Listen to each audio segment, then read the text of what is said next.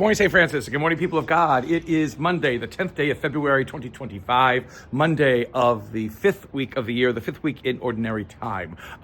It is a cold and rainy, overcast day here in North Carolina. It has been warm the last couple of weeks, and now we're back into the 40s. So again, it's just back, up and downs, back and forth. This very kind of ping-pongy sort of weather that we're experiencing. So crazy. So anyway, today is also a day in which we honor Saint Scholastica, the sister of Saint Benedict of Nursia, the founder of monasticism as it becomes to be lived out even today.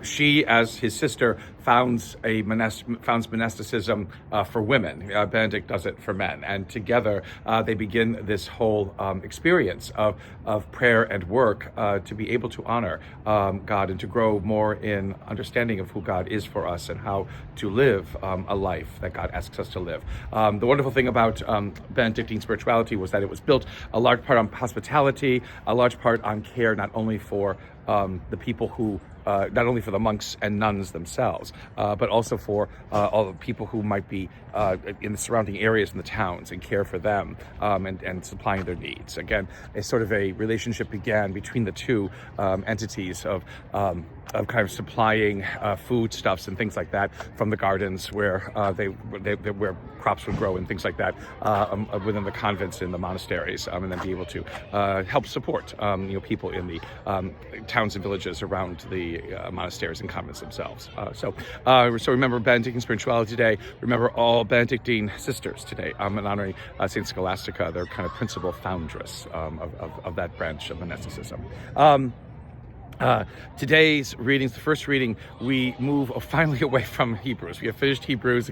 This wonderful letter that again brings us into a new year following Christmas, a new civil year following Christmas. It brings us into winter ordinary time, we now move from that into looking at the beginning of the beginning. So Genesis, the creation, Genesis 1 down to the fourth day of creation. So from the first to the fourth days of creation, we begin to have proclaimed and to reflect upon today. The thing about, again, looking at how God creates, God creates with sound, with words, that unique thing that makes humankind human. We just don't make sounds as other creatures may do that, but we actually can communicate. And there is more and more evidence that animals can communicate, that many mammals perhaps can communicate, and there's a sense in which. But to create ideas, to create to invoke imagination, to allow thoughts and feelings to truly be expressed in a profound way, comes with some kind of speech that can be interpreted and then recorded and what have you. So this is how God creates, not in some kind of magical wand way, not by using some kind of weird substance or whatever it is, but out of nothing. There is this God basically who says, let this happen, let this be. And again, it shows us in some ways, again, the power of speech for ourselves, if we are created in God's image, that to be you get human, and to be able to use speech is in many ways another divine property that we are given as this image and likeness of God.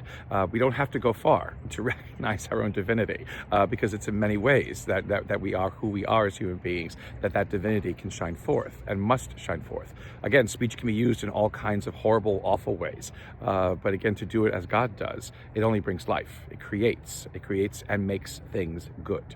We'll see where creation goes in the next couple of days. The gospel for today in Mark, it's nothing much. It's just people are just coming to Jesus to be healed, and Jesus heals them.